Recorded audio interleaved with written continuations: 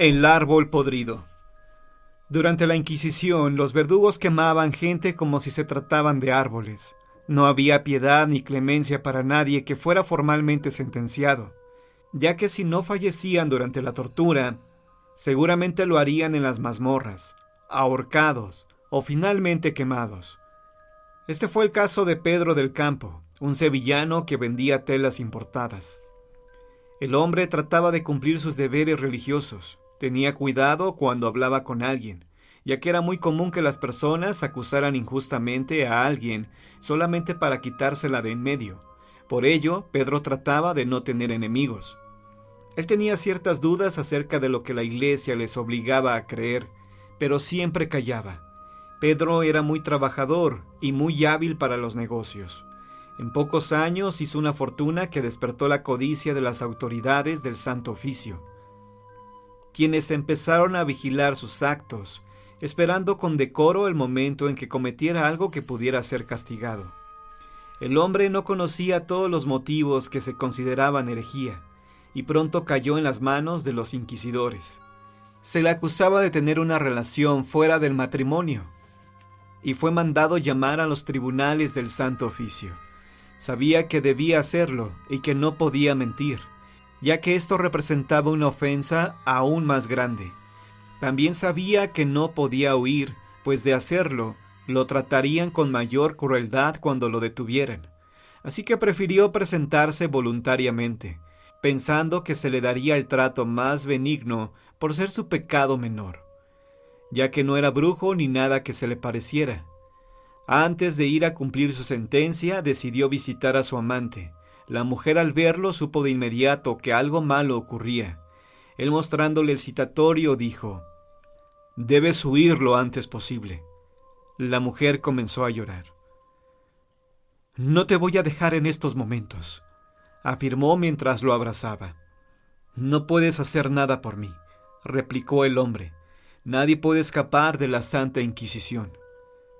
«Pero algo se podrá hacer», dijo ella. «No insistas.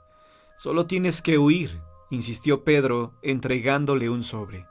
«Aquí hay dinero suficiente para que te fugues, pero debes abandonar España, porque tarde o temprano te encontrarán».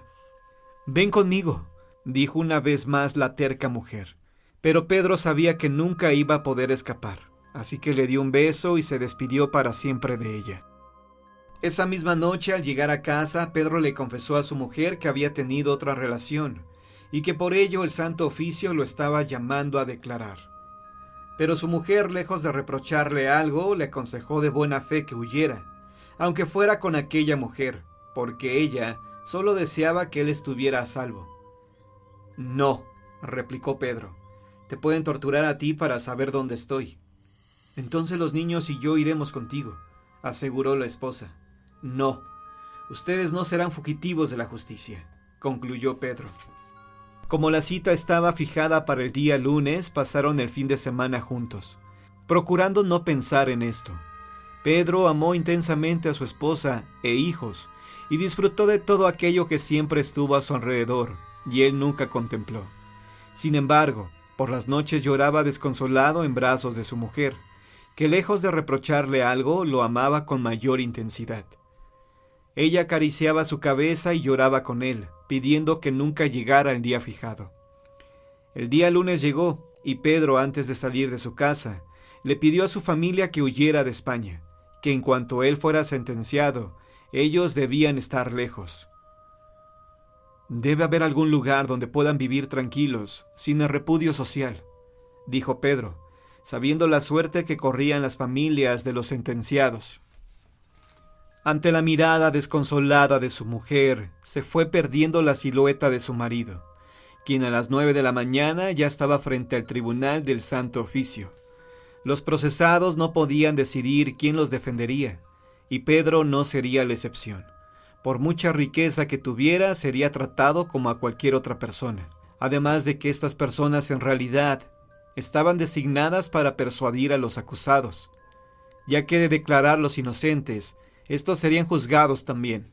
El defensor de Pedro le dijo grotescamente: «Antes eras llamado Pedro del Campo, pero por tu impopularidad eres nombrado por todos como árbol podrido del campo. El acusado se asombró porque en el citatorio se le acusaba de bigamia, mas no de herejía. Se les llamaba árbol podrido a los herejes, pero el defensor no tardó en ponerlo al tanto. Ay, la bigamia es un acto de herejía, incluso más abominable que cualquier otro. Pedro comentó que no sabía nada. Fue entonces cuando el hombre le dijo: «¿Entonces aceptas tu bigamia y por tanto aceptas tu culpabilidad?» El acusado no tuvo más remedio que aceptar su herejía, pero como los inquisidores no se conformaban con una confesión tan breve, le pidieron que describiera el tipo de relaciones que tuvo con la otra mujer. Después de un par de horas, el acusado fue trasladado a la prisión, mientras los inquisidores daban el veredicto. Pero no respetando las reglas inquisitoriales, decidieron que la pena sería la tortura. Fue conducido hasta la sala de tortura, y le mostraron todos los instrumentos sin decirle para qué servía cada uno. Pedro estaba horrorizado, y cuando llegaron hasta donde estaba un verdugo calentando hierros, se desmayó. Con un balde de agua fría, los inquisidores hicieron que volviera en sí. «Has declarado que te gusta la bigamia», dijo uno de los inquisidores. «Confiesa, ¿cómo lo hacías con la otra hereje?» Pedro no tuvo más remedio que confesar, mientras los verdugos le introducían un hierro hirviendo en su cuerpo. El prisionero se desmayó y fue nuevamente rociado con agua fría para que despertara, pero no pudo soportarlo más. A la 7ª vez que fue penetrado por este hierro ardiente, Pedro falleció. Al poco tiempo la Inquisición persiguió a Rosa María, pero nunca pudieron dar con ella, mientras que la familia de Pedro desapareció también, sin importarle los cuantiosos bienes que tenía aquel desdichado hombre. La bruja de Durango. Cuenta la leyenda que allá por el año de 1645 vivía en Durango una bruja de nombre Paz, quien era verdaderamente una mujer resentida con la vida, al punto de que estaba cansada de que nadie creyera en los poderes que decía tener. Harta de su situación, se le ocurrió organizar una revuelta contra el gobierno, y para dicho fin convocó a los líderes de los indígenas de la región del Tizonazo, creyendo que con ello podría recuperar su poder. Por medio de artimañas, logró convencer a estos hombres de que tenía un poder indestructible, y que con él acabarían por vencer a sus enemigos. Todo salió tan bien que los sublevados quisieron hacer su propio gabinete. Nombraron jefe a Jerónimo Morante, un indígena perverso y malicioso. El cargo de capitán fue designado a Nicolás, a quien sobrenombraban Liebre, debido a su gran habilidad.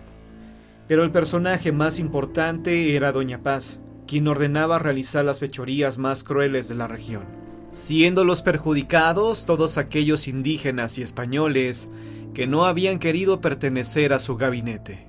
La revuelta fue tan grave que el gobernador de Durango pidió a los indígenas que entregaran a sus jefes, pero nadie se sentía capaz de traicionar a la bruja, hasta que finalmente Liebre lo hizo, y Doña Paz no solo fue arrestada, sino que fue sentenciada a la pena máxima, que era fallecer.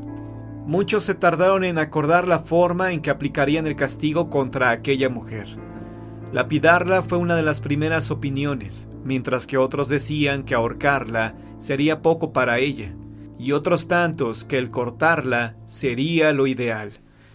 Así, la ejecución se pospuso, mientras los sublevados continuaban haciendo frente a los españoles.